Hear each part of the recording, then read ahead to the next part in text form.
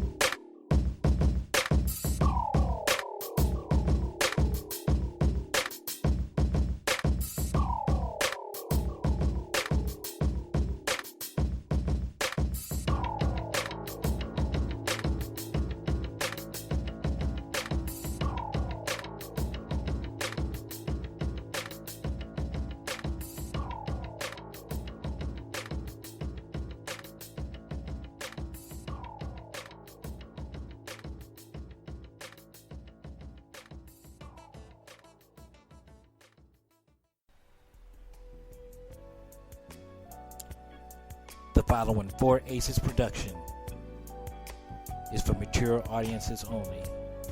Listener discretion is highly advised.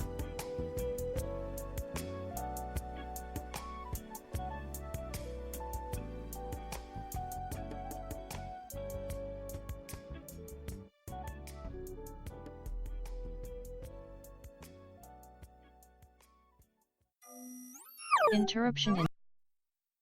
All right. Hello, y'all, and welcome to this wrestling-specific episode of the Cheap Pop Podcast. I am K-Double. This is Alpha. What's up? It is your good friend Alpha. Yes, I'm sick as hell again, so I sound a little bit like shit, but that's okay, because there's a lot of wrestling to cover. Yep. We're going to get down. Yes, sir.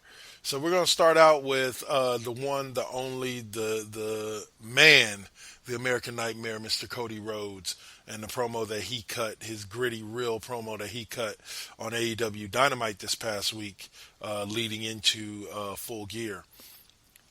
Once again, I'll say it, I think it was one of his best promos that he's ever cut.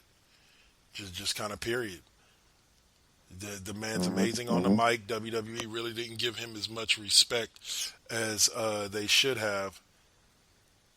You know, but he proved it. Like I said, like I said earlier in our non-existent episode, Cody is one of those type of people. Or the only issue I had with the entire promo was just that Cody's pop moment came a little too early in the promo for me. Like I think it should have came a little later in the promo. But it is what it is. Overall, it was still a good promo. No doubt. Seeing Cody just go ham that way. Like, I don't know about you, but I'm a massive Dusty Rhodes fan. Yeah. And above all else, looking back when he would just pour his absolute heart out into his promos, and you would just feel that shit. That Cody just putting everything into that promo, and that amount of emotion just harkened back to that, and that really hit it home for me personally. And it's hard to talk about this promo without saying what's already been said. Like, at this point, you have The Rock personally commending him on Twitter for this. And, you know, it's not like The Rock isn't known as one of, if not the best promos in this in the last, 20, 30 years. Oh, easy. One of the best guys on the mic. Yeah, absolutely. That is a big commendation, and it is well earned. Cody did what Cody fucking does at this point and made a star out of himself. Yeah. Especially going into AEW, going into its beginning, I was afraid that I deep down I knew it wouldn't happen because Cody's Cody and he's an honest man, as it seems. But, you know, there was always that fear of, like, you know, Cody is an active wrestler on his own promotion. So I was one of those people definitely fearing Cody giving himself his push, being the owner of his company. But It's clear that he's not doing that, and he's being humble about it, and that's always good to see. To an extent, it kind of feels like he's going out of his way to make sure that he doesn't. that he doesn't Yeah. give himself a push beyond that. He's going out of his way to make sure that this is about the younger talent, about the other guys in the locker room, not just him. And once again, it shows exactly what we all respect about Cody and why we all respect Cody as not only as a wrestler but as a businessman. You know, he did make a bunch of bravado about AEW being the place where guys can do what they need to do or can be better, or can be free to do things how they want. But yes and no, you're kind of still being, you guys are still being watched over by the network that you you air on. You're still being watched over, by an overseer in Mr. Khan, who may not be directly too involved in what goes on in the day-to-day aspirations of it, but if he sees something he don't like, you gonna have to not do it. So they don't necessarily have full freedom, but I understand what Cody's saying. They don't necessarily have Vince, the Gorilla McMahon, harping over them, saying, do what I say, type stuff. So. Yeah, no, it's not a completely free market in AEW. They still have to do whatever the promoters, not the promoters,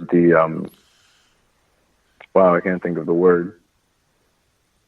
But there are people, of course, that they do have to listen to, but nowhere nearly as strict and tight-wound as the WWE system. No, nowhere near it. And I read a report on Bleacher Report where they talked about the fact that what was it? That promo and Finn Balor's promo on whatchamacallit, on NXT a couple of weeks back, kind of show what can happen when you allow these guys to go out there with an open mic and do what they want to do. Even though I don't really believe that the Finn Balor one was truly open mic. Like, I believe he was probably given at minimum bullet points. He may not have been told Yeah, I've heard they everything to started say. doing that. But that's a good thing. Like, if they are doing that, that's awesome. They should do that. We should be seeing a lot of bullet points and not people having a whole promo. They're not actors. Like, as much as some of them have the skills of actors, they're not actors. Actors can go out there and memorize a script and lay it out perfectly with emotion and everything. They're wrestlers. Give them bullet points and let their natural charisma shine through. Not a bad way of putting it. Like, I've always believed that promos should never be scripted full out. Yeah. Like, as bad as, 2017 Roman Reigns level. But there's a certain mark you need to hit with each one. Yeah. And so the bullet point system it's not the best, but it's sure as hell a lot better than full-on scripting people like Kevin Owens and Dean Ambrose, who are magical on the mic, to scripts that are completely far below their capability. Well, and here's the thing with it. Tell me something. If a little kid wants to be a wrestler, what's the first thing that they practice? The wrestling itself? Huh? If a little kid... The wrestling itself? Nah. Think about it. What's the first thing... What's the first thing that kids do when they're wanting to be wrestlers? What's the first thing that they do? They step in front of a mirror and they cut a promo. Almost every wrestler that's ever been obsessed with wrestling has spent hours upon hours before they ever learned how to do a backflip, before they ever learned how to do a body slam, before they ever learned how to take a bump. They were standing in front of a mirror, cutting a promo. I was like, I keep telling people that the ones who are there are some who are naturally good at it, and you can tell because they've probably been cutting funny and hella good ass promos since the time they were 5, when they first decided they wanted to be a wrestler. And then there are some that didn't cut good promos at first, but after going to wrestling school and putting in the work and spending hours upon hours in front of that mirror, cutting promos became good at it.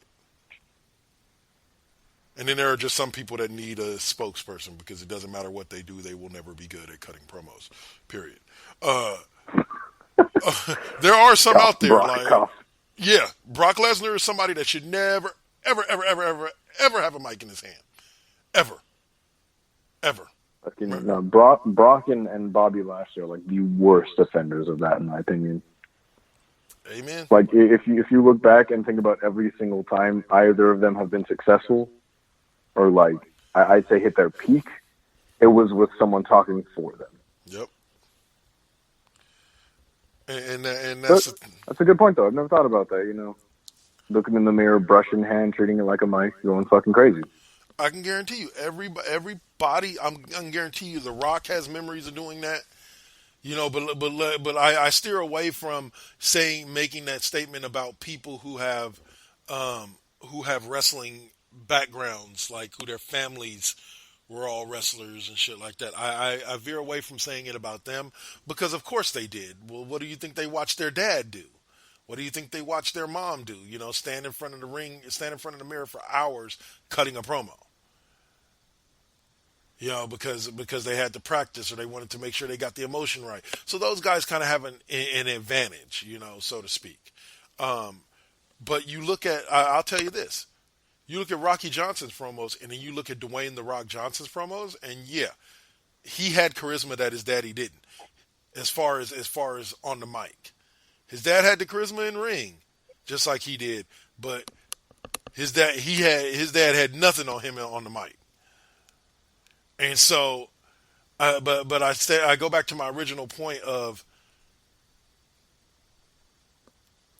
people have been practicing promos with nothing but bullet points since they were kids. Most of these wrestlers have been practicing, but why all of a sudden now get them to the top tier level and go, you know what, we're going to give you a full script. You're just going to have to memorize a script and go out there and deliver your lines. That's counterintuitive to what they've been doing their whole lives. You know, there's not a single wrestling school I know of. Maybe the Performance Center does, but there's not a single wrestling school I know of out there in which they hand the person a full script and say, memorize this. You know, and make them memorize a script and then go out there and read from a script. Most of them are just like, look, here's a couple things. You don't like him. Y'all got a match on September 3rd. Make sure to plug the match. Get out there and go talk some shit. Rest is up to you. You know what I'm saying? And either you go out there and you survive, or you go out there and you fail. It's really up to you. How much you've practiced and how much you work you've put in. So, but anyway, Dynamite was a great. At the end of the day, though, Goes going. I was gonna say, at the end of the day, Cody knocked that shit out of the fucking park. Oh yeah, like a Mickey Mantle home run, baby. Yeah, buddy. So, only like I said, only issue is the stupid crowd started cheering as soon as the bat hit the ball instead of as soon as the ball went over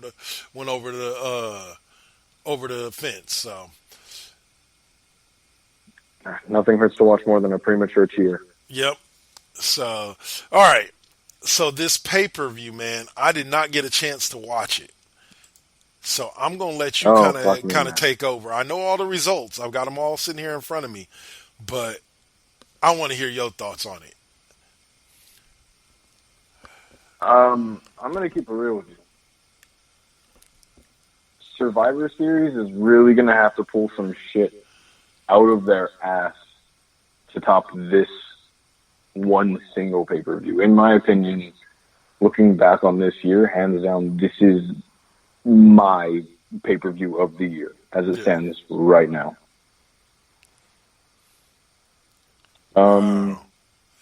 Fuck me, where do I start? I'm going to hit the main event last, of course, because, for me right now, that right there is match of the year contender, but the entire card was fucking great. And starting from the first point, Britt Baker defeated Bea Priceley. I never get that right. I don't pay too much attention to her. But it was a presentable match. I still am more than fine with it because it's women's wrestling that's better than WWE, so you know what, I'll fucking take it. I bloody hate the WWE's women's wrestling most of the time. Very rarely they'll pull out a match that is really good, but consistently AEW has pretty good female matches, and this one was one of them. The better one of the night will come up later, though, but this was still good. Britt Baker is definitely an interesting character, to say the least. Not my favorite, but I sure as hell don't hate her. Give me a minute. The tag match between Ortiz and Santana, or I forget what they're called, but it's just Ortiz and Santana, LAX versus the Young Bucks, and it was 100% everything I expected it to be. Yeah. I followed Santana and Ortiz heavily through their run in Impact, and I loved their shit, especially as it came rolling to its end. And the Young Bucks are the Bucks. You can't really go wrong with them. Yeah. So this was a match that I would definitely suggest watching, but it wasn't the tag match of the night either. The Young Bucks were defeated, though, by Santana and Ortiz. For me, this was match of the night until I hit the main event, but Hangman Page and Pac tore the fuck down. Yeah. Yeah, I'm a massive Hangman Page fan. I fucking adore him. And I can watch Pac do the Black Arrow for hours on end and still be entertained. Watching him work is fucking magical. The man looks like someone just like grabbed a bike pump and stuck it into his biceps and didn't stop until he looked like fucking Popeye. Pac looks fucking absurdly ripped. But it was a really, really good match. Nice.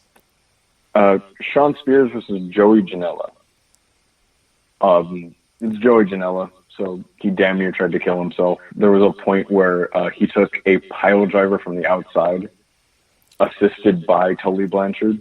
Oh my god! And it was a nasty-looking spike on the outside, and so I wasn't surprised because Joey Janela has the tendency to kind of want to die in the ring.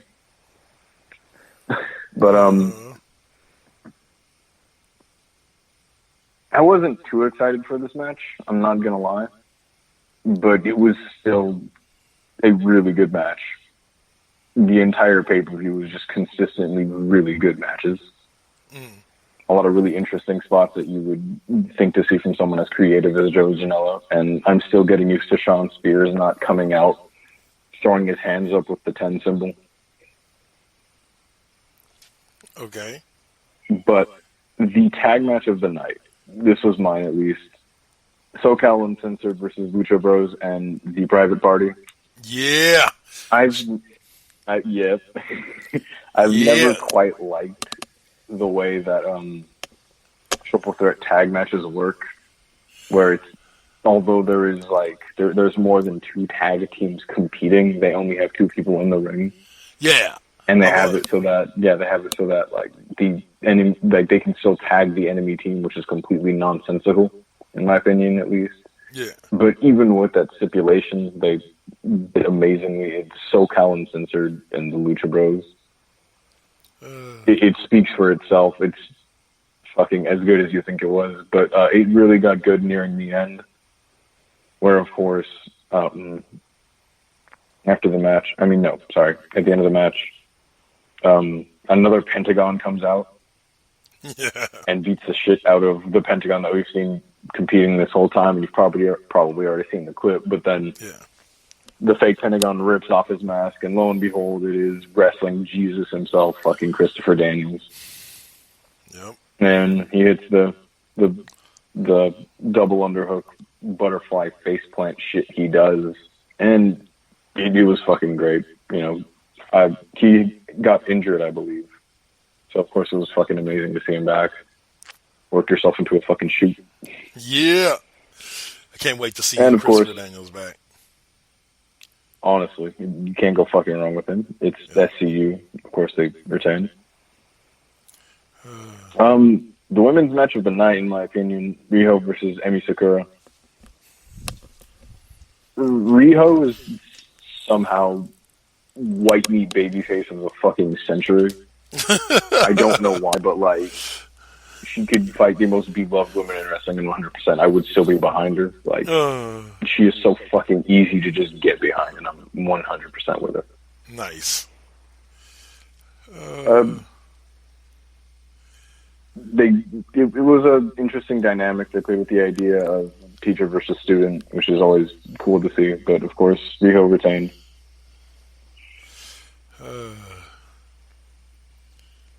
And of course, following that, I would say the best two matches on the card, completely expected. Chris Jericho defeated Cody to retain his AEW World Championship. Yeah, in a weird way. Yeah. So I'm curious as to where they'll go with this. And the end of the match, Chris Jericho locked in the nastiest looking lion tamer I think I've ever seen. Looked like he was going to break Cody in fucking half like a lawn chair. Ugh. The match itself was absolutely as good as you think it would be between Cody Rhodes and Chris Jericho, arguably in some of the best points of their career. But what everybody was talking about was what came after the match, though. Okay. The match ended with Chris Jericho locking that nasty fucking lion tamer. Cody looked like he's about to get ripped in half. And MJF throws in the towel for Cody. Yeah. MJF pulled a wonderful, emotional little performance, damn near crying, lip quivering, telling Cody, I'm real sorry. I couldn't watch you be in pain like this, and such. Cody puts his hand on his shoulder, and MJF chooses his moment and kicks Cody's nuts into his fucking ribcage. Yeah. And what immediately follows is just this horrible, villainous, like shit-eating grin just stretching across the face of MJF, and it is. Everybody hypes him up a lot, and I do like him, although he is not my favorite heel going right now. Yeah. That was some good fucking heel work. Just everything about that, and the way that he smugly just smiles and goes back is.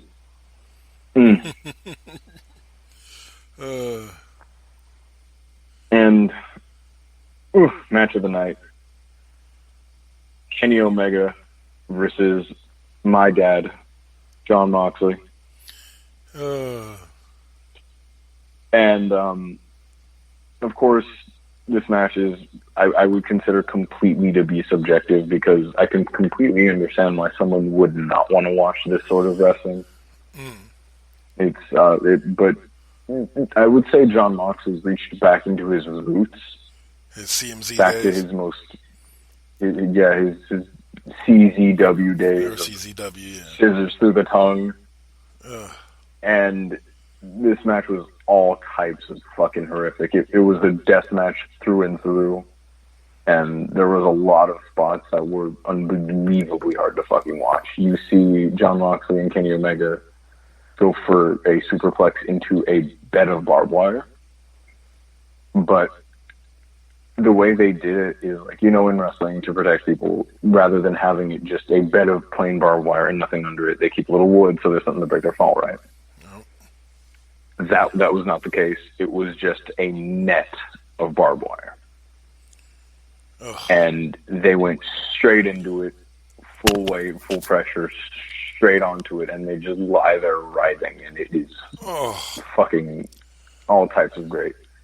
I loved the match.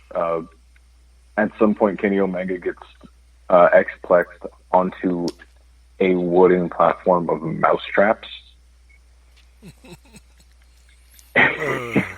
Wow. And it's exactly as fun as you would think to watch. And it's just all types of crazy-ass moments like that. I knew John Moxley has that deathmatch pedigree, and he always has. But I didn't know Kenny Omega could go as hardcore as he did in that match, and I fucking adored it. Hands down, my match of the night. And if I'm being honest, again, this is my pay-per-view of the year. Yeah. Among the triple threat match that happened earlier this year with Velveteen Dream, Pete Dunne, and Roderick Strong at TakeOver, I think that is that's a big candidate for my match of the year as a whole. Yeah. If I had to grade this pay-per-view, that is an A minus. It is unbelievably close to perfect. Oh man. And that's what we need is more as close to perfect as possible pay-per-views being cranked out by either WWE or whoever. You know, like that's just bottom line. That's what we need. Because the fans win. When AEW cranks out a great pay-per-view, the fans win. When WWE cranks out a good pay-per-view because AEW cranked out a good pay-per-view, the fans win. We win. Competition breeds the best product. Yep. That's just the way it is. Oh man. But I had heard lots. Hands down, catch up on that pay-per-view though. Yeah, I will.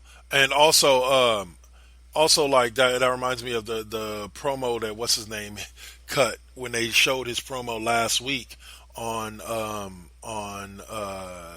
AEW Dynamite, or this past week on AEW Dynamite. They showed him.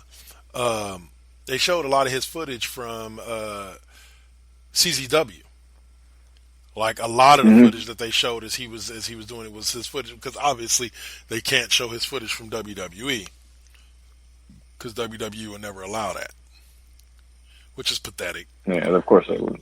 You know, but yeah, they would never allow that. But at the end of the day, I could see that he was going to put himself through some hell. And if you go back even to the debut episode of AEW Dynamite,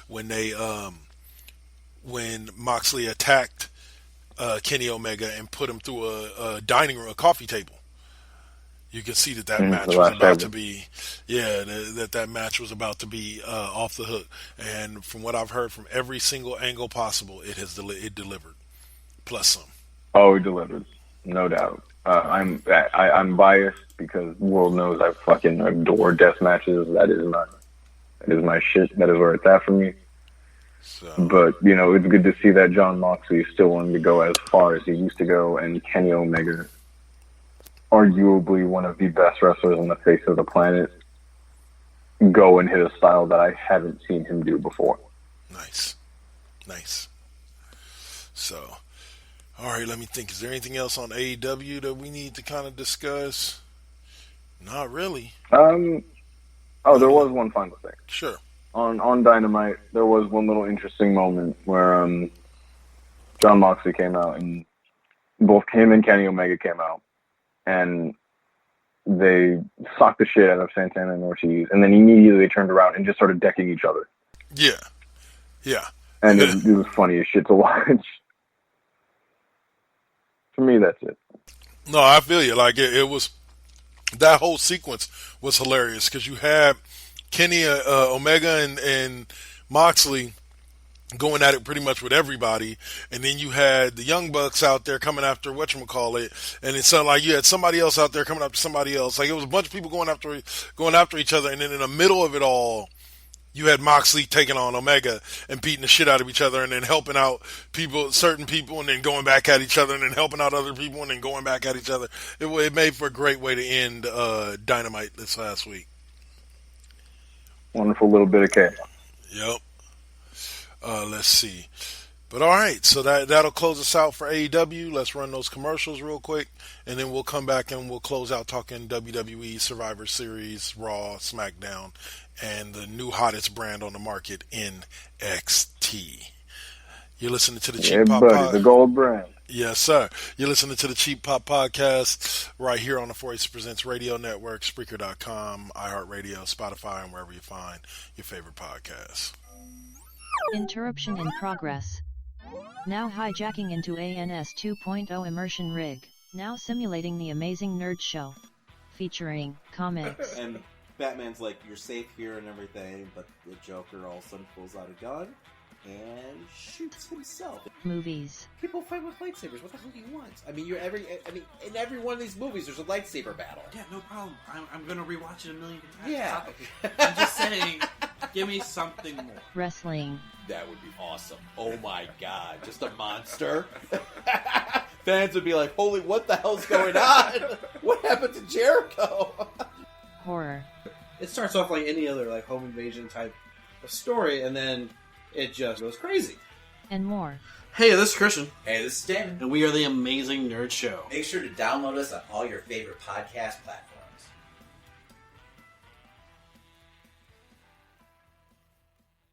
So, what's up? Steve Fingerstyles here, the host of the podcast, spelled DA, of course. Tune in each and every week to hear what pisses me off, what angers me, what I make fun of, and of course, my crazy rants. I also have incompetent co-hosts, cool guests, and a silent producer that sucks. So what more do you need from a podcast? You can listen on Apple Podcasts, Stitcher, TuneIn, SoundCloud, and the Pod Bros Network. Peace.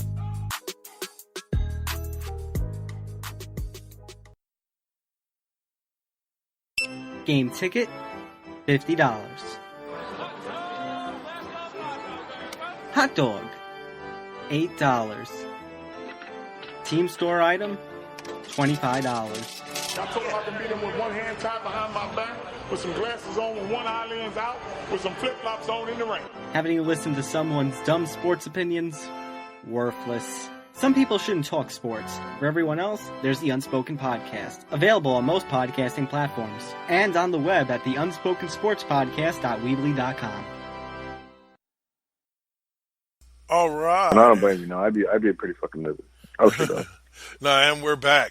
What's up, y'all? What's up? So we just got done talking AEW and their pay-per-view from this week and their episode of Dynamite. So now we're going to go on ahead and dig into some WWE. Double E. Damn right.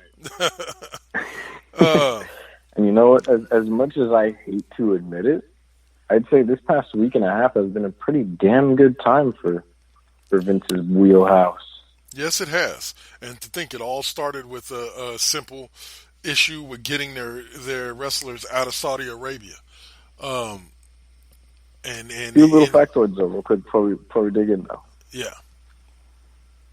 There are a lot of people who actively are leaving because of that. Really? There's a lot of people who have said that they're not re-signing because of how bad that was and how Vince announced that they will be going back. Wow. Well, they got to do what they got to do. Like this is basically what a lot of people have to understand when they say like stuff like, "Oh, Vince just doesn't care about the talent." It's not that Vince doesn't care about the talent. It's that Vince knows that in order to make enough money to be able to compete with companies like AEW, who have a billionaire backing them up, he has to generate money for WWE. And this Saudi Arabia 10-year agreement generates money. So he's doing everything. He's not going to throw away billions of dollars just because some people didn't like their experience out there this past year, It's like people have to get used to it. It sucks, but it is the way it is. This is an opportunity for WWE to run in the black for a while or run in the green, so at the end of the day, ultimately it is what it is. If they lose talent over it, it sucks, but it is what it is. I think, in my opinion, there are better ways to go about it. I think the single best way that I've seen go about it, no doubt, is Sami Zayn.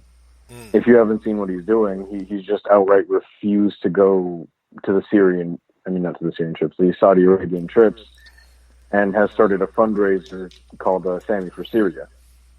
Nice. So he can fucking make up for it. And not only that, but through that, he's started selling these really cool little shirts in reference to his run on the Indies as El Generico to generate more money for that. So the single best way that I've seen go about it, rather than just quitting your fucking job, is just like do what Sammy's doing. Try to do something or to counter anything close to that. Try to do something Yeah, to exactly. swim against the how do you say the current, and that's effectively Sure. what Yeah, Sami Zayn's exactly. doing. It's a negative situation doesn't mean you need to respond negatively. Oh, a quick side subject here before we dive too deep into this NXT invasion. I came up with something a while back, especially after watching Monday Night Raw and watching the segment with Becky and Shayna Baszler. Mm-hmm. Shayna Baszler is what Ronda Rousey should have been. Mm-hmm. Yeah, I read that. It's like I don't know if I've told you this before, but in his very first run before he switched gimmicks, in tone and presentation and character-wise, Baron Corbin was supposed to be every single thing that Aleister Black completely is. Really? And yeah, and if you look at the way they were both presented when they both debuted, you'll see that through a little bit more. Yeah. But you're completely right. Like in terms of presentation and intimidacy, how would you say it? Intimidation factor. Factor. There we go. Shayna Baszler is absolutely everything Ronda was supposed to be. Yeah. Yeah. It just seems to me like if Ronda Rousey had gone to NXT and done the NXT thing for a while, Shayna Baszler is who she would be. Because Shayna's not exactly excellent on the mic, but she's definitely gotten a lot better in ring throughout the years. And she's no doubt. No, Shayna has gotten tremendously better. And so I think, like, if you had given Ronda Rousey an NXT run similar to what Shayna Baszler's had, like, you don't even necessarily need to give her the championships and everything, but just giving her that run where she was in NXT and got to play up that, and learn how to play up that whole MMA background without making it too overt, you know what I'm saying? Like Shayna Baszler, you see a lot of that MMA background in her wrestling, but it's not everything about her wrestling like it was with Ronda Rousey. Ronda Rousey's whole character was that she was from the UFC. Right. And so it's like Shayna Baszler was able to meld the two together successfully, and become that particular character that Ronda Rousey could have and should have been. This is why I say the best way to handle things would be to have Ronda Rousey trade sides and go back to NXT and then leave her in NXT for a while. Because effectively, let's be real, NXT has established itself as a main roster brand now. Like it has. Like this whole invasion angle. NXT is the third brand. Right. So there is no more, like, who was it that said it a while back? That was like, yeah, oh no, they said it on Backstage this past week. Back in the day, we used to always talk about, people being called up to the main roster from NXT. There is no more being called up to the main roster. NXT is the main roster. Even though I will say this, they seem to be phasing out 205 Live. Yeah. They don't necessarily talk about it as much. Go ahead. Mm-hmm. I'm still a big supporter of the idea of melding 205 Live into NXT and just making it a part of that. I still support the idea, of course, of like 205 Live dudes moving around, going brand to brand, but like the 205 Live roster in and of itself and the show should just be presented alongside NXT, because you're filling a big time gap and putting it in the same time gap as the main rosters. Right. And you're actually going to get PR, because I guarantee you a lot more people watch NXT than people who watch 205 Live. Exactly. And also, I was looking at, let me tell you where this thought process came from for me. It came from the fact that, like I said, if you look at the Cruiserweight Championship now, the Championship used to be exclusive to 205 Live. and it was called the WWE Cruiserweight Championship. Now it's called the WWE NXT Cruiserweight Championship. Mm-hmm. So that's what makes me think that they're shifting and they're transitioning away from 205 Live, and they're thinking about getting rid of it altogether, probably. At the end of the day, I think what we're going to see is exactly what you said. We're going to see a melding of 205 Live and NXT into one show. Because I think so. Because this last week on NXT, you had the Angel Garza versus Tony Nese match to see who was going to face Leo Rush for the Cruiserweight Championship next week on NXT. And then, like I said, you had the NXT Championship match, or you had the and then when, like I said, when they talk about it, they call it the WWE NXT Cruiserweight Championship. So, just something to think about and watch as it slowly begins to happen. But we have true. One little tidbit, real quick though. One little Sure. tidbit before we go forward. While we were on the topic of Shayna Baszler, something was revealed as of late, and that there were big plans for Shayna Baszler on the main roster, but the NXT TV deal was the deciding factor that she would stay there, and they would scrap all of those ideas. Really? Well, I can see that. Why bring her to Raw or SmackDown when you can have her shine on NXT, on national TV? There's not a reason. She's already popular in NXT. She already gets the crowd reaction in NXT. So why transition her to the main roster and risk her losing momentum? Instead of being able to lose momentum and just let her stay on NXT. Now, I do have an issue with one thing about NXT, and this was brought up in an article that I read about NXT versus AEW. They said the main thing that AEW has going in its favor is that Full Sail University only has a capacity of about 600 people, standing room only. Yep. AEW is playing coliseums and in stadiums that are like 40, 50, 20, 30, 40, 50,000 people. It kind of it does give the image that NXT is a little bit small time compared to AEW. Even though, like, I'll give them credit. Camera angle wise, they try to always shoot it in a way that makes the stadium seem a lot bigger than what it actually is. And the crowd noise in there gets deafening. But if you know anything about Full Sail University, it's just not that big of a place. It is not.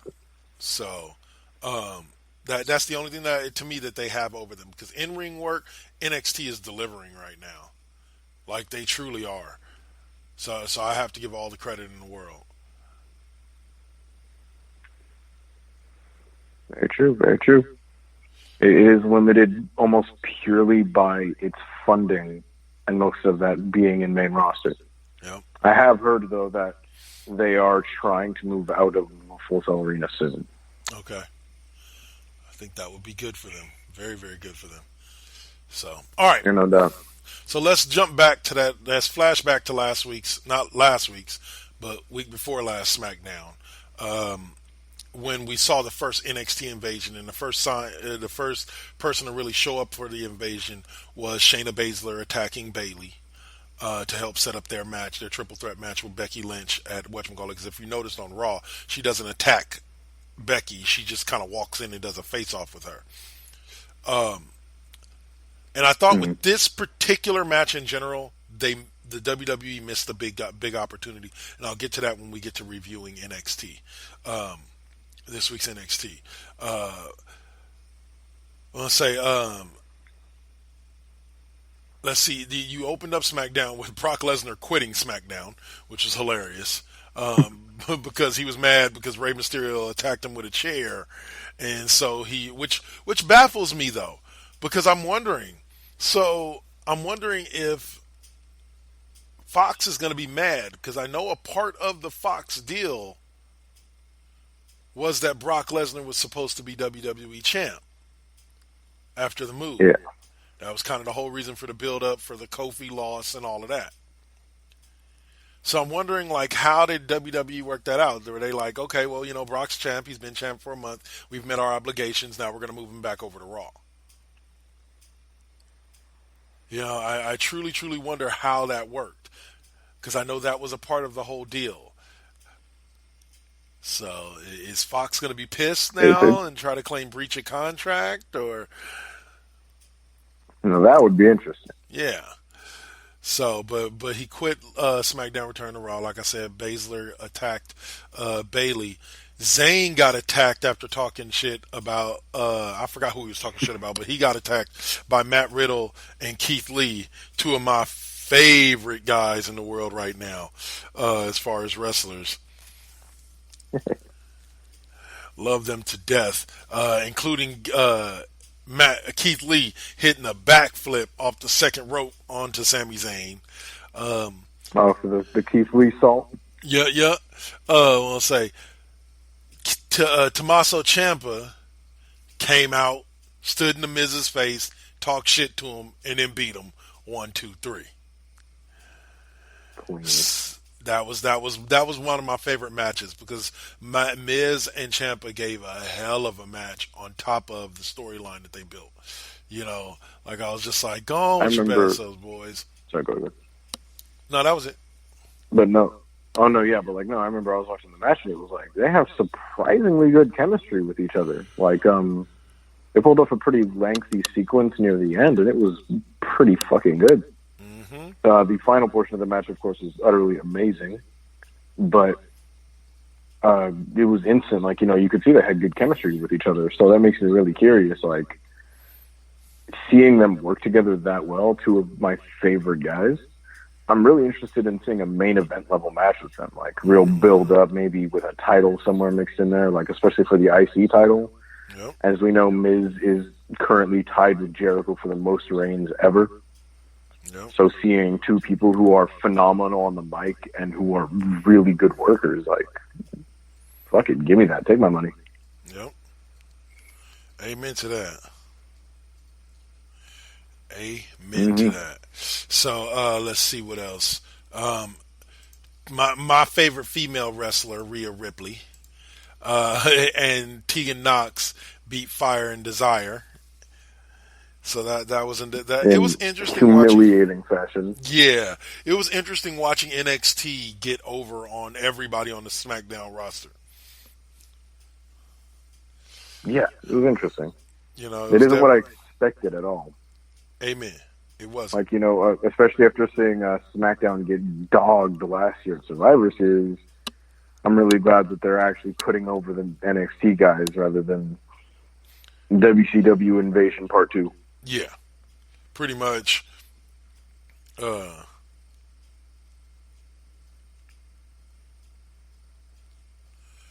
see. And then finally, in what was one of two matches of the week, yes, there were two matches of the week, Adam Cole shined while having a broken freaking wrist over Daniel Bryan in the main event of SmackDown for the NXT Championship. I love saying that. Oh my god, that match. Wrist. That match. Broken fucking anything. You can't go wrong with that. But the idea of Adam Cole versus Daniel Bryan just right there on SmackDown is exactly as good as it sounds. Mm-hmm. The final section of that match was fucking amazing. It was just Adam Cole, I believe he caught him with a midair super kick, and then straight into the final shot knee. No. He went straight into the Panama Sunrise, the fucking second rope Canadian Destroyer, straight into the final shot knee. Ugh. Like, I see Daniel Bryan take these bumps, and every time it's like, for the love of God, man, have you forgotten that you retired for a head injury? No shit. Oh man! Like he took a suplex from Brock last year at Survivor Series, and he just folded on his head. And was like, fuck. Oh, like, dude. Dude, we want to see you keep wrestling, but not this bad. Don't make me watch this again. You know, don't make me watch you die. That's my biggest fear when thinking about Edge coming back into the ring. Is like, dude, don't make me watch you die. Like for real, please don't make me watch you die. Be safe, if I have please. to watch Edge get hurt, I will not be okay. It was sad enough watching you have to walk away from the game, at the peak. But, making me watch you actually get hurt in ring, oh my God, I'm good. So I draw the line. Yep. All right, so moving on to Raw. Man. Lesnar kind of tops our topic thing at Raw because he showed up on Raw and said he's now signed to Raw because he wants to find Rey Mysterio after being signed to SmackDown and quitting SmackDown.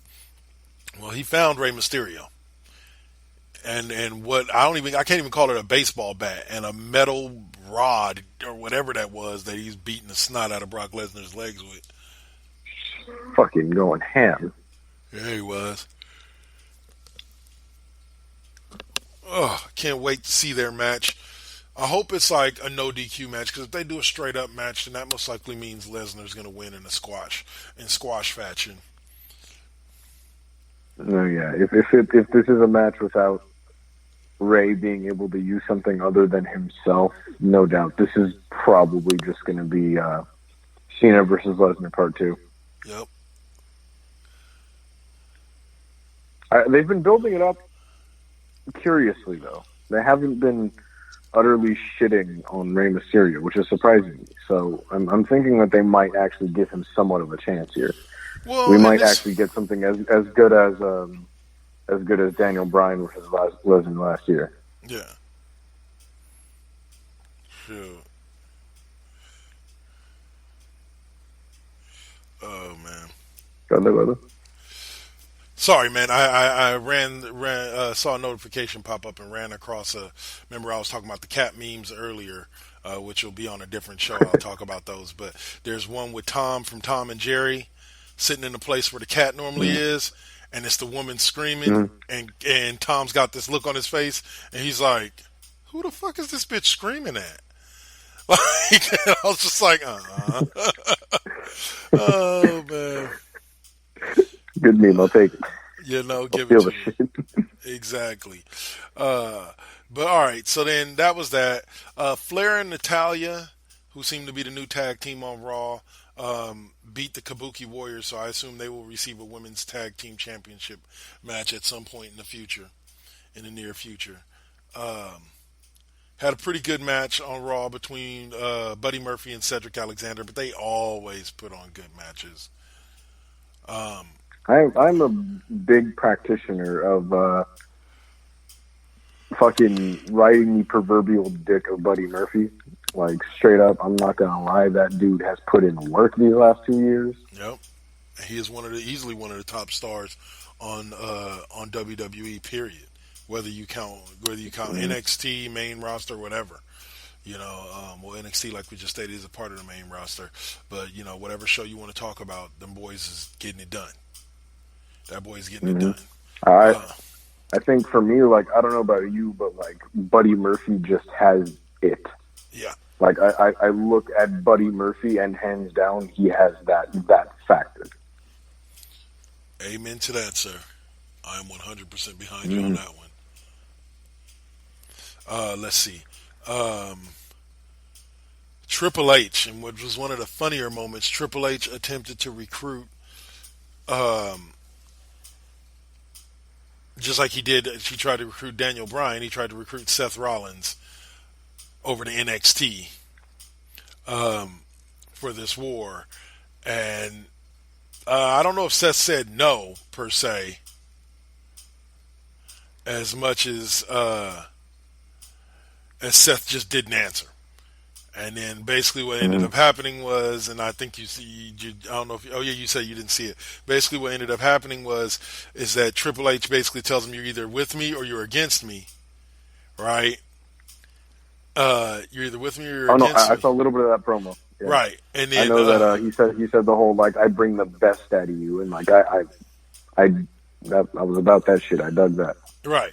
And then he And then the Undisputed Era showed up and was standing on ringside. And while they were doing that, friggin' the OC comes out, and then it starts up a brawl between the Undisputed Era and the OC and a couple of the other guys from the Raw locker room. So that ended that segment without Seth Rollins saying a word. Just this brawl happening in front of him, and he heads back to the back. And what's become the most boring feud of 2019, Zelina Vega and Andrade defeated Sin Cara and Carolina in a mixed tag match.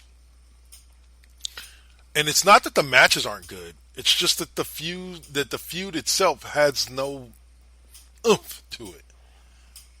There's nothing that makes you say, "God, I want to watch these two go at it in the ring." Nah, could really care less. Nothing really that sticks out. Yep. If it's not compelling in the form of a story, it needs to be compelling in forms of in-ring action, and it is pretty much neither. Right, exactly. Rusev, poor Rusev. Rusev just can't win for losing. Last week, he's getting beat down, and he beat down Bobby Lashley, and he gets hit in the nuts, and ends up laying in the middle of the ring with Lana and whatchamacallit, making out over the top of him. And then this week, he gets into a match with Drew McIntyre, ends up losing by DQ because Bobby Lashley attacks him. Then he finally beats off Bobby Lashley and starts actually winning the exchange, and here comes Randy Orton with an RKO out of nowhere. And lays him out. You can't fucking win, bro. Can't win for losing, holding my man. boy down. Shit, luckily for Rusev, Ricochet made the save and cleared the ring for him. But it's just, I feel so sad for Rusev. I truly do. He's such a great talent. If there are... Oh, fucking God, it kills me, bro. Like, I don't know about you, but I've always fucking adored Rusev. Like, there is nothing as badass as a dude walking into WrestleMania on a goddamn tank. That was amazing. That was amazing to watch in person. Exactly. Like, he had that shit, and every time Rusev has held the United States Championship, it has been goddamn magical. Listen. You go there, bud. Oh, I was just gonna say, a friend of one of my, just a side note on that particular WrestleMania, since that was the one that was in the Bay. My a good friend of the old show that I used to do, the Raw Impact Unleashed with the boy Cole, a good friend of the show, Kaka Mang, was actually one of the soldiers in Rusev's little army for that entrance. Really? Yeah. Like whenever you That's see, fucking cool. Yeah, whenever you see random guys like that are like security or anything like that, or like for big interests, it's always they always go to local wrestling schools and hire kids on one-offs.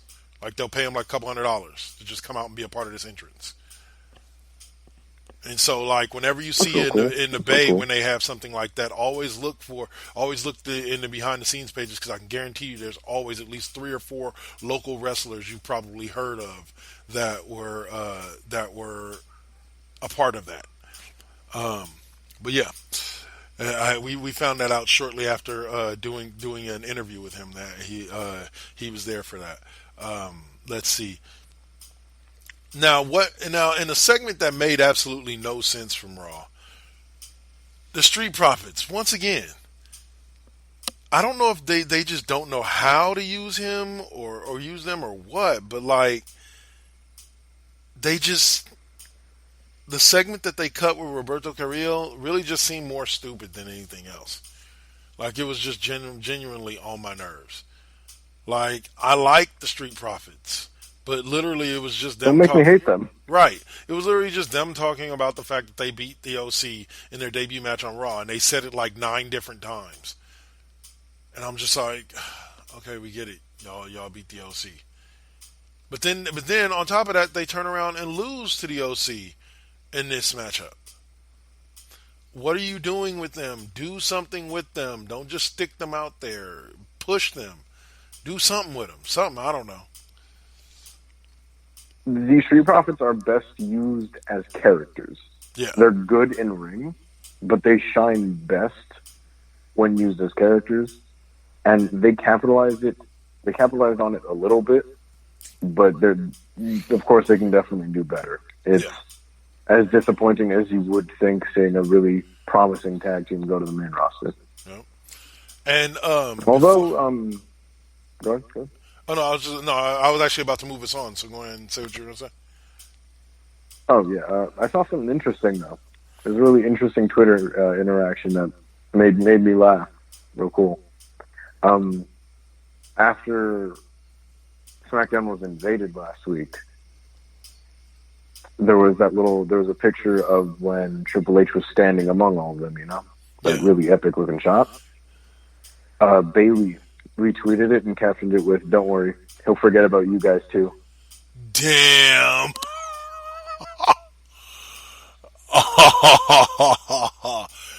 Bailey, my girl, damn. Don't do it to him like that. Yeah. No, that one hit different. Yeah, it did. So that's what I like to see. And then Alexa Bliss followed it up with right under it. She was like, "At least he liked you guys to begin with." Damn. And then the Revival, like right under it, said something along the lines of, "It's all right, guys. We're past our prime now." Oh. And I was like, "Fuck." Damn. Yeah, that's that. Like I said, that's that Rick James. Cold, bloody. Damn, dude. Matter of fact, you know what, man? From now on, it's a small little interactions that matter like that. What's up? You know, I'm gonna start doing. I'm gonna go and I'm going to find myself a copy of Rick James Cold Blooded, and I'm gonna get just that part on the hook where he goes cold blooded, and I'm gonna play it every time we come across a moment like that. I'm just gonna play that little 5-second snippet.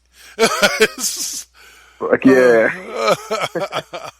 Hell yeah! Oh man! Cold-blooded moment of the fucking week. Let's do it. You know, and like I said, we're building up a bunch of championship matches, champion versus champion matches at Survivor Series for every one of the things, except for so far they haven't done a triple threat one for the U.S. title, because I figured you would probably see U.S. title versus IC title versus Roderick Strong for the North American title. You didn't see that? You didn't see that? Oh, did they set that match up? Yeah, who's the United States champion right now? AJ Styles. Yeah, I thought so. Okay. No, yeah, the match that they proposed was AJ Styles versus Nakamura versus Roderick Strong. And I don't know about you, but that just sounds like a show stealer. Yes, it does. Yes, it does. I would watch that all damn day and twice on Sundays. Exactly. Like, I would pay out the ass for Nakamura and Roderick Strong alone. But in my opinion, AJ Styles is top 5 in the world today. He's in the top 5 best wrestlers on this planet alive, currently working. Existing, yeah. So the idea of them three going fucking ham, just straight tantalizing. Give it to me. Give me that sweet, that funky stuff. Oh yeah. But we know now though officially we are not going to get a Brock versus Fiend versus Adam Cole match, because unless Brock's doing double duty, Brock's been lined up to face Rey Mysterio for the WWE Championship at Survivor Series. So I'm assuming that does confirm one thing though. What? If he is working double duty, that will almost surely be a squash match. Yeah. Yeah, if he's working a triple threat match against whatchamacallit, that match will definitely be a squash match. But I doubt that he's working a triple threat. I think what we're going to see is the NXT title defended at TakeOver. And then you're going to see the Universal Championship defended at Survivor Series, and you're going to see Brock defend the WWE Championship. But Adam Cole won't defend the NXT Championship at because I believe War Games takes place the day before doesn't it? Or the week before? Nope, the night before. Yeah, NXT has their pay-per-view literally the night before. So I don't think Adam Cole's going to defend the NXT championship at TakeOver and then turn around and defend it again at Survivor Series. Not to say he couldn't. I just don't think they would book him for that. I don't think they would either. It's interesting though. I'm really interested to see how this is going to play out, because between War Games and the fucking three-way dance going on for Survivor Series, that is a lot of bodies squished into 2 pay-per-views within the span of about 42 hours. Yeah, big time. Because like I said, you're going to There's have a lot of bodies. Because remember, people forget that NXT still has to put together. They have the tag team triple threat match. They have we have the match the mid card, what I'll call the mid card match, the match that you just talked about, the IC title champion versus the U.S. champion versus the North American champion. You got that triple threat match, and then you got tag teams, so it's war rated. Then you got the women, Becky versus Shayna versus Bayley, the 3Bs or BSB. Going on, you got that triple threat match going on. So you got all 3 of those, and then you on top of that you have the recently announced 5-on-5-on-5 triple threat Survivor Series elimination style matches, which is going to be extremely interesting. Because 14 people are going to have to, or at least 10 other people are going to have to be eliminated before the match is over, before one team can win. Exactly. So that's going to make, I'm thinking like we're not going to see too many more matches added to the Survivor Series card outside of maybe a Universal title match. Because you figure those 5-on-5-on-5 matches are going to take damn near an hour by themselves. Those are going to take up a lot of time. You know, and it's Survivor Series, so it's going to run about maybe 8-9 hours. You know, Survivor Series has caught up with WrestleMania and SummerSlam. It's a 6-hour event. You get 2 hours of pre-show, and then it's a 4-hour event in itself. Now, we also forget about the pre-show matches in the fact that we may see some of these matches happen pre-show, which would suck because all of them are main event quality matches. But we may end up seeing some of these matches happen in the pre-show. But yeah, so like. NXT still has to fill out their Survivor Series tag team or the Survivor Series team. Mm-hmm. Now we may see Adam Cole end up being the captain of the Survivor Series team, and he could do double duty that way. But I doubt he's defending the NXT title on back-to-back nights. He did do double duty once before, though, at a TakeOver. Okay. So I wouldn't be surprised. I wouldn't be. All right. Let's see. He did have a great match with Seth Rollins on Raw for the NXT Championship. Only reason why I don't really talk about it is because it ended kind of blah, with the Undisputed Era coming out and attacking Seth Rollins and getting Adam Cole disqualified. Yeah. You know what I'm saying? And then the big brouhaha with everybody fighting with each other at the end. So it made for a great way to end it, but a sucky main event in the sense that you always want to see a match between Adam Cole and Seth Rollins come out clean. You know, with a clean winner. Come out with a decisive victory. Exactly. So let's get on to NXT real quick. Man, I was happy with NXT as a show. Overall, it was a great show. I was unhappy with Raw and SmackDown's presence on NXT, or their lack of presence on NXT. The only team that really showed up on NXT between both brands was the OC, and they were in a big 6-man main event with Keith Lee, Matt Riddle, and Tommaso Ciampa versus the OC, which was a great match. Which was a great match. So don't get me wrong. I'm not knocking the quality of work in ring. What I'm saying is that I would have liked to see more presence from Raw. For fuck's sake, these guys just invaded Raw and SmackDown. There should be some SmackDown and Raw guys pissed and looking to get some revenge. I believe I believe straight after SmackDown ended, they were like, how will SmackDown retaliate? Right. And They did. Exactly. Effectively, SmackDown didn't. Raw was the only one that retaliated because the OC's on Raw. So I'm just like, Exactly. So it's just, it just kind of disappointed me. Like, I'll give a key and a prime example of something I would have liked to have seen. I would have loved to have seen right after Shayna Baszler's match, if Bayley and Sasha Banks would have came out and laid out her and the Four Horsewomen on NXT and then bounced. The same way that she showed that up. would have been. Go, sorry. Yeah, no, that would have it would have added to perpetuating the storyline between those three. And B, it would have given Bayley her revenge moment. Because at this point, Bayley looks like a fool because Shayna wasn't brave enough to go attack Becky Lynch. She just faced off with her. You know what I'm saying? But she came and attacked you. Now, if you include this week's SmackDown, she came and attacked you twice. And you ain't done shit about it. This week on SmackDown, Sasha Banks faced Nikki Cross. At the end of the match, after Sasha Banks won, Bayley attacks Nikki Cross, and then Shayna Baszler comes out of nowhere and attacks Bayley. So I'm like, wait a minute. So now this is twice that Shayna Baszler then attacked Bayley physically, and Bayley ain't done shit about it. You're making Bayley look like what the does that weakest do for? Go ahead. Exactly. What does that do for Bayley's character? Like, how weak does she look from that point on? Especially considering you're supposed to be pushing her as this badass heel. Exactly. You are ruining the believability of your heel champion. Exactly. Not the best move. And but I agree. It wasn't a bad episode of NXT, but when you look at it now, NXT has officially solidified itself in the bigger picture of this on-running story. And now it looks like that episode just didn't contribute to that story, while even Raw and SmackDown were able to. Right, and then you also look at the fact that it was that, and then it was also the fact that they spent more time setting up War Games than they did talking anything about all the upcoming stuff with Survivor Series.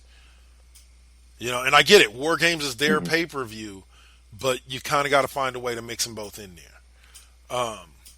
But all that being said, I wanted to mention one more thing real quick about an article I read about Dio Madsen, I think his name is. Dio Madden. Dio Madden. I didn't know he was he's from Booker T's Reality of Wrestling. And I didn't know that either. Yeah, and he's actually wrestled a couple matches in NXT. What they're thinking of is one of the things that they were speaking of is they said that they think that Paul Heyman may have brought him up on commentary to slow roll people into introducing him to the WWE universe as a character first, and then get in the in-ring, because they were saying when they did it that there's a good chance that they all love the dude they'll love the dude as a personality, but as a character, but his in-ring work, he still needs to polish it up a little bit. So this would give him a chance to continue to work. They'll just be doing a reverse Percy Watson, then start out as an announcer, then go into the wrestling itself. That'd be interesting. They definitely they showed that through with that F5 he took. Yep. So I'm interested because I'm very neutral on him. I don't have much of an opinion, so I'd rather like him than not. Oh, and then let me say two things real quick. Two real quick things before we dive into the WWE backstage, and then we close out with your wrestler of the week. But oh God, I forgot what I was gonna say. I had it right there on the tip of my tongue. We were talking about Dio Madden and hiding him. Oh well, I'll remember it for another episode. All right, so WWE Backstage is a new show that comes on FS1 on Tuesday nights at 8.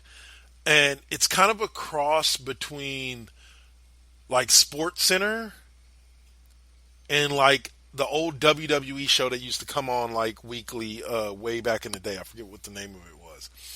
But it's kind of like a cross between that, because they kind of talk about WWE. They talk about all the storylines going on and all that, but they talk about it more so from the same way that kind of we're talking about it right now. And it makes for some great stuff. Now, let me say this before we dig too much into it. Paige That woman will have my heart for as long as I live, as fine as she is. And every week I see her, she seems to get finer and finer. And oh God, my God, that woman is just fine. Ugh. Dude, no, like in the prime of her career, like straight after she hit main roster, I remember like, who is this goth pale chick? And how do I fucking marry her? You know? Oh, she is the shit. Like, no, I remember when people were like, when Razor Ramon was like, he was like, oh, I would like to bend her over and spank her or something like that, and people were giving him shit, and I was like, are you disagreeing with him? You know? Is he wrong? Would you not do the same? Oh man, shoot! I do. Yeah, that girl right there. Do things to her. Do things to her. She a fine one, but she's one of my focal points on there. It's her, Renee, Christian, and Booker T are the hosts of the show, and it's just Oh, it's great. Christian? All Like Jay yeah, Riso? yeah. Oh, hell yeah. Hell yeah! Like and yeah, he's just it's. I would just say go watch it to understand what I'm saying. Like I said, it's a cross between Sports Center and that old WWE show, like behind the scenes show that they were doing. But yeah, great job by WWE coming up with Backstage. I don't know if them or FS1 came up with the idea to do it, or Fox came up with the idea to do it, but it's a great little supplement show to go with the main roster shows, NXT, SmackDown, and Raw. Absolutely. Wrestling is all about suspension of disbelief. Yep. If just for a single moment you can believe that these dudes really hate each other, that they're really beating the tar out of each other, then the people in ring and the people behind the scenes have done their job right. Exactly. And the backstage idea that they have going right now only furthers that even more, and little small tidbits like that really, really push that. Yep. And the little promos they do and the little references of the free reign that people get with that is fucking great. And also, it's a small little show, but in the deeper picture of wrestling, it plays a really important part, in my opinion. And they want to say they have this little ticker that goes by on the bottom too, where they give you like today in wrestling history, this happened. Like you mentioned earlier, today is the 22nd anniversary of the Montreal Screwjob. Yesterday was, but yes, it is. Yeah, yesterday. A lot of real quick side subject. A lot of kids don't remember. I forget which one it was. It was either the first or the second one. One of the first couple of Thanksgiving or Survivor Series actually happened on Thanksgiving. Like they did the pay-per-view on a Thursday. Yep, the gobbledygooker. I'll say, but one of the tidbits that came out of WWE Backstage this past week was the fact that Randy Orton, despite all the online jostling and joking that he may be going to AEW, re-signed, I think they said at this point, 5-year contract with WWE. I personally, for one, never thought he was going anywhere. I've always thought Randy Orton is a WWE lifer. But he himself put the speculation out there saying that, to have people thinking that he might be trying to join AEW. I believe he took a picture of himself standing next to a sign on the wall that said Elite, and he's like pointing at it and smiling. So he led a lot of people to. The stream that became infamous a little bit ago, like he was talking with his kids and he was like straight up, like, like on stream talking to his kids, just like, did you enjoy that AEW show? Like Randy Orton gives no shits because they know damn well they're not going to let him go. I think Vince would offer that man a lot of cash before letting him go because Randy Orton has cemented himself so deeply in the entirety of WWE.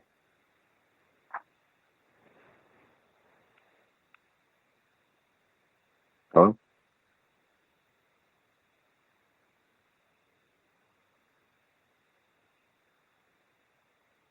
If you're speaking, I can't hear you. Mike might have fucked up.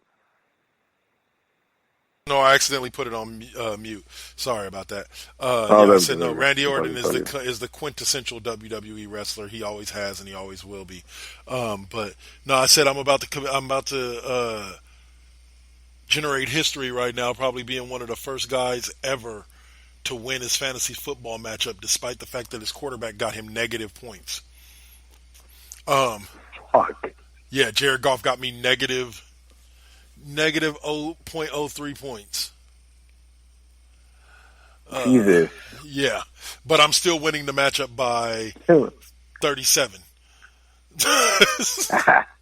So 9 chances out of 10, I'm going to Against win the all matchup. odds. Go ahead. Underdog of the year, Kevin. Yes, sir. Yes, sir. Oh, boy. I finished in last But, place in both my money leagues, and right now I'm in first place in both my money leagues. So I'm hoping to keep that trend going from worst to first, baby. God damn. But it is interesting to think about, though. Like, can you imagine how deep of a hit that would be, though? Oh, yeah. If in some way, shape, or form they did get Randy Orton.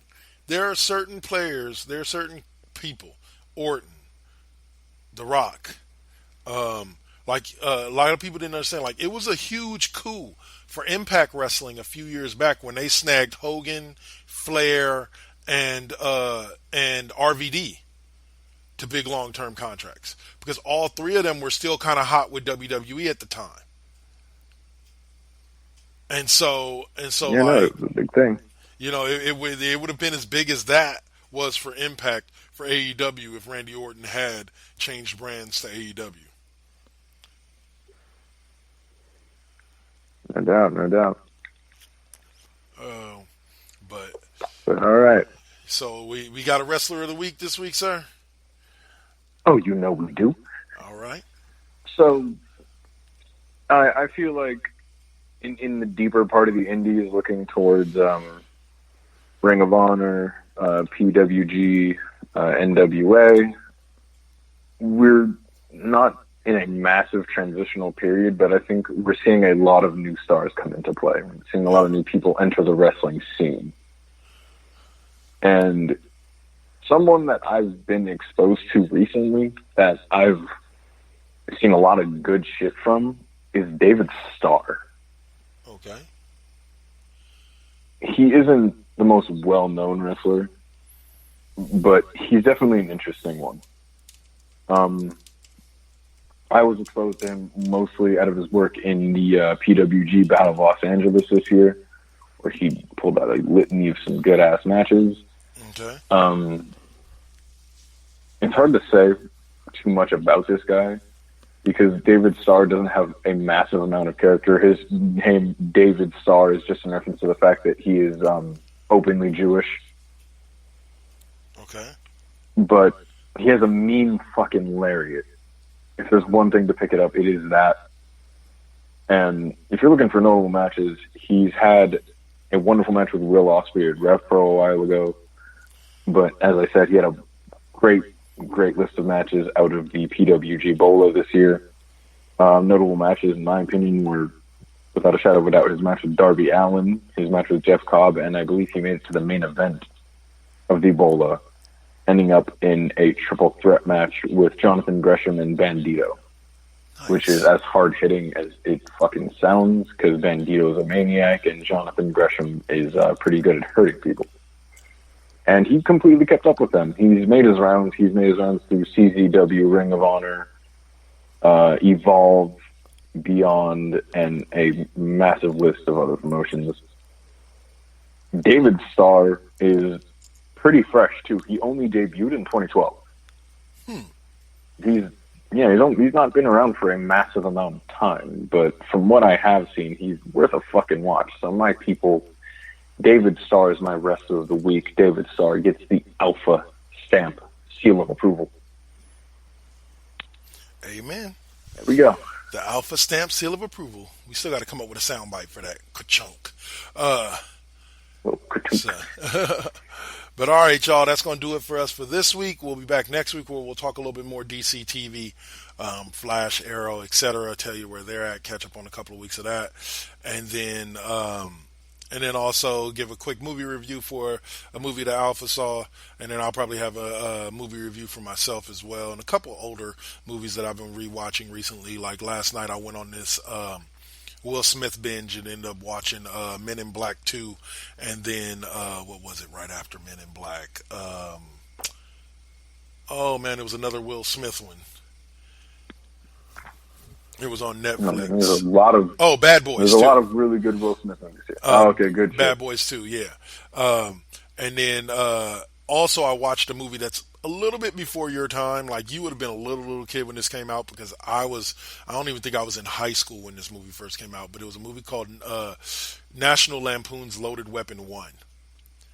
And it has just to list off the name of the all-star names it has in it. It has Emilio Estevez, Charlie Sheen.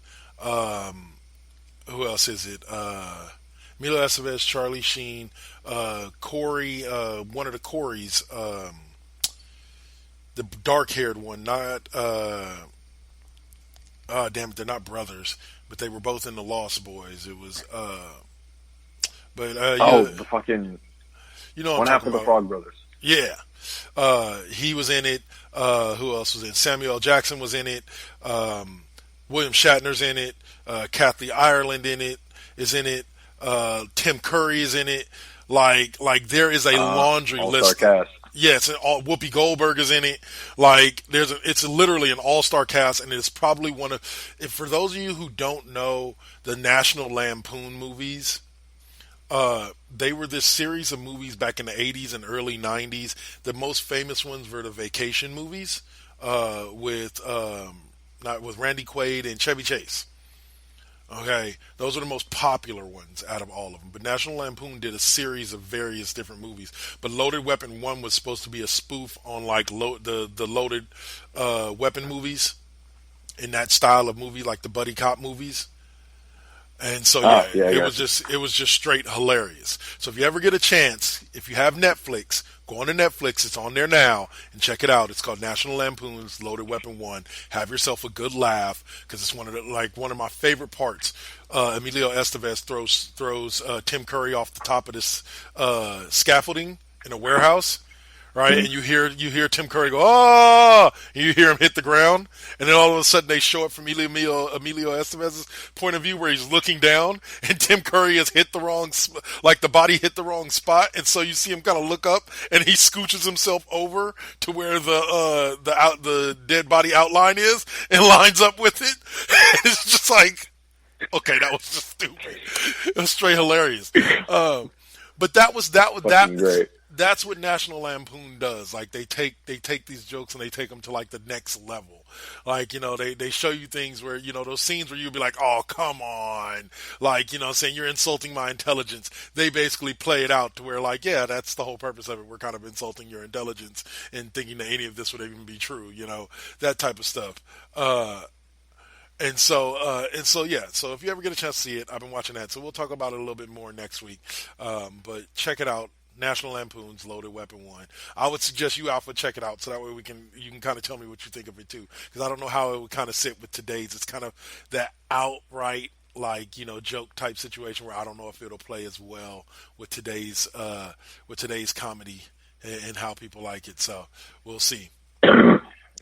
Absolutely. I'll give it a watch then before we start recording again, so I can come up and we can talk about it. For sure. But other than that, that's it for us for this week. We'll catch y'all next week. Be sure to check out MVT later on today, as well as Lip Gloss and Mike's. And also check out Mr. Deacon's experience from yesterday. Check out, my K-Double's 5th period music class where we did Mariah Carey, Miss Diva. This week, so some great music from Mariah Carey on that show, and then also next week the Double K's Classroom on Friday, Lovely Radio on Thursday, Marvelous Radio on Wednesday. We got a whole lineup of shows here on the 40 Presents Network, so keep listening into them all. Other than that, I'll check y'all out next week. Alpha, any last words for the people? My people, we'll be back once again sometime more with some more comic book related stuff. But we had some technical difficulties, so we followed it up with a nice little wrestling-based episode. Yeah. All right. Good All shit, right. y'all. Be safe. Peace out.